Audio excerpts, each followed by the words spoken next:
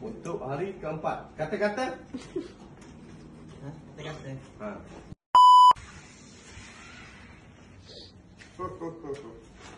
Okey. Untuk hari keempat. Kata-kata? Kata-kata. Ha. Tetaplah semangat walaupun sakit pinggang. Iya, itu dia kata-kata hari ni. Okey.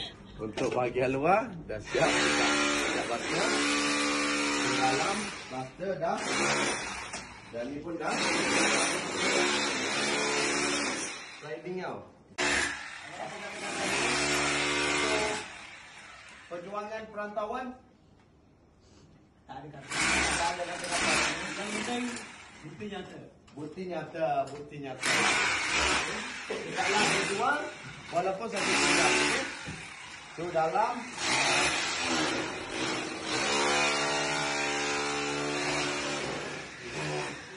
bahagian dalam kita dah buka ni. Kita dah ni.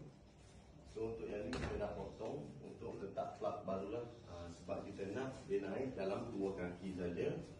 Untuk pasang mozaik dekat sini, mozaik 2x4 sesama juga dengan tabletop ni 2x4.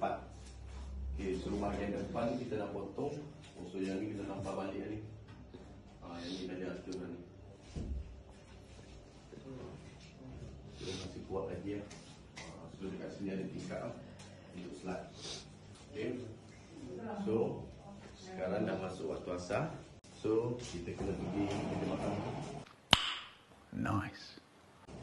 Besi ni. Nak potong besi dulu lah. Sebab bol dia duduk dekat area sana. Betul kan? Area sini kan? Design kan? Kita buat tau. Dari sana, bol ke sini direct. Kita masuk sini lah. So bahagian sini belum plaster lagi lah. Belum plaster lagi. So senang duduk area sini. Dia actual lah. Kata-kata semangat. Walaupun sakit pinggang, okey? Jangan mudah mengalah, okey? So rodo pun ini rodo dah clear, tapi okey lah bila kita duduk dekat sini. Kalau solat,